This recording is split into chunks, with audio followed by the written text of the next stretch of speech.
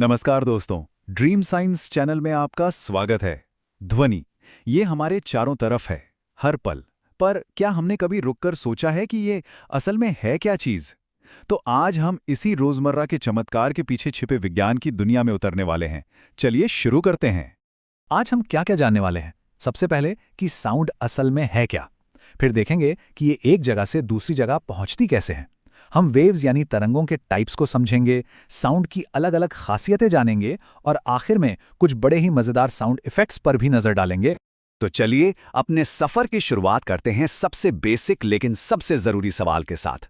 आखिर ये ध्वनि, ये साउंड है क्या?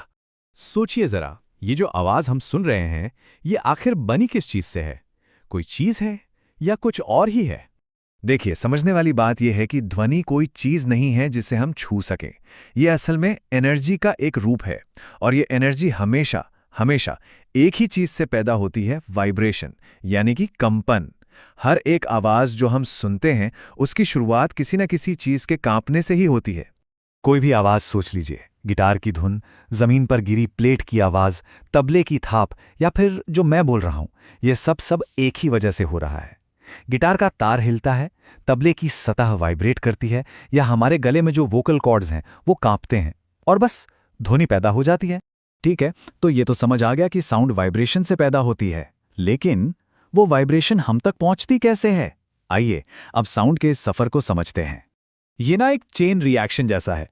जब कोई चीज वाइब्रेट करती है तो वो अपने पास वाले हवा के कणों को धक्का मारती है, फिर वो कण अपने आगे वालों को धक्का देते हैं और ये सिलसिला तब तक चलता रहता है जब तक ये एनर्जी हमारे कानों तक ना पहुंचाए। दिलचस्प बात यह है कि कण खुद चलकर नहीं आते, वो सिर्फ अपनी जगह पर रहकर एनर्जी को आगे पास कर देते हैं। और इसी धक्का मुक्की के लिए साउंड को किसी चीज की जरूरत पड़ती है, जिसे हम मीडियम या माध्यम कहते हैं। ये ठोस, तरल या गैस कुछ भी हो सकता है। यही वजह है कि स्पेस में जहां कोई हवा नहीं, कोई कण नहीं, वहां एकदम सन्नाटा होता है, क्योंकि वहां धक्का देने के लिए कुछ है ही नहीं। अच्छा, अब साउंड की स्पीड इस बात पर डिपेंड करती है कि वो किस मीडियम से गुजर रही है। सॉलिड्स में, मतलब ठोस चीजों में, ये सबसे तेज भागती है क्योंकि वहां कण एक दूसरे से चिपके होते हैं, तो एनर्जी फटाफट ट्रांसफर होती है। लिक्विड्स में थोड़ी धीमी और हवा जैसी गैसों में सबसे धीरे चलती है। तो हमने जाना कि ध्वनि यात्रा करती है और ये यात्रा होती है तरंगों यानी वेव्स के रूप में। लेकिन क्या आप जानते हैं कि सारी वेव्स एक जैसी नहीं होती? चलिए इनके अलग अलग प्रकारों को देखते हैं। मोटे तौर पे वेव्स की दो फैमिलीज हैं। पहली है मैकेनिकल वेव्स, जैसे कि हमारी साउंड वेव, जिन्हें चलने के लिए मीडियम चाहिए ही चाहिए। और दूसरी हैं इलेक्ट्रोमैग्नेटिक वेव्स, जैसे लाइट या रेडियो वेव्स, जो वैक्यूम में भी, मतलब खाली जगह में भी आराम से चल सकती हैं। अब इन मैकेनिकल वेव्स में भी ना दो किस्में होती हैं। फर्क इस बात में है कि मीडियम के कण हिलते कैसे हैं। लॉन्गिट्यूडनल वेव्स में कण वेव की दिशा में ही आगे पीछे होते हैं, बिल्कुल वैसे ही जैसे एक स्लिंकी खिलौने को दबाकर छोड़ दें। और ट्रांसवर्स वेव्स में कण ऊपर नीचे नाचते हैं जबकि वेव आगे बढ़ती है, जैसे रस्सी को एक सिरे से झटका दिया हो। तो हमारी साउंड वेव किस टाइप की है? ये एक लॉन्गिट्यूडनल वेव है। इसका मतलब जब ये हवा से गुजरती है तो ये कहीं हवा के कणों को एक साथ दबा देती है, जिसे कंप्रेशन कहते हैं, और कहीं उन्हें फैला देती है, जिसे रेरफेक्शन कहते हैं। इसी दबाव के उतार चढ़ाव से तरंग आगे बढ़ती है। अगर सभी आवाजें वेव्स ही हैं तो फिर एक हल्की सी फुसफुसाहट और एक जोर की चीख में इतना फर्क क्यों होता है? इसका राज छिपा है साउंड की अपनी कुछ खासियतों में। साउंड के दो मेन गुण हैं, पिच और लाउडनेस।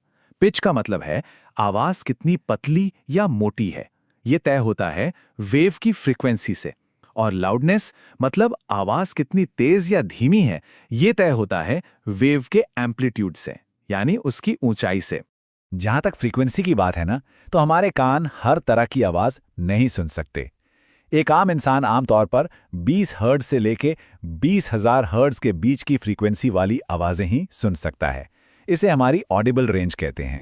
तो इस रेंज के हिसाब से साउंड को 3 कैटेगरी में बांटा गया है। 20 हर्ट्ज से नीचे की आवाजों को कहते हैं इंफ्रासोनिक, जैसे भूकंप की तरंगें।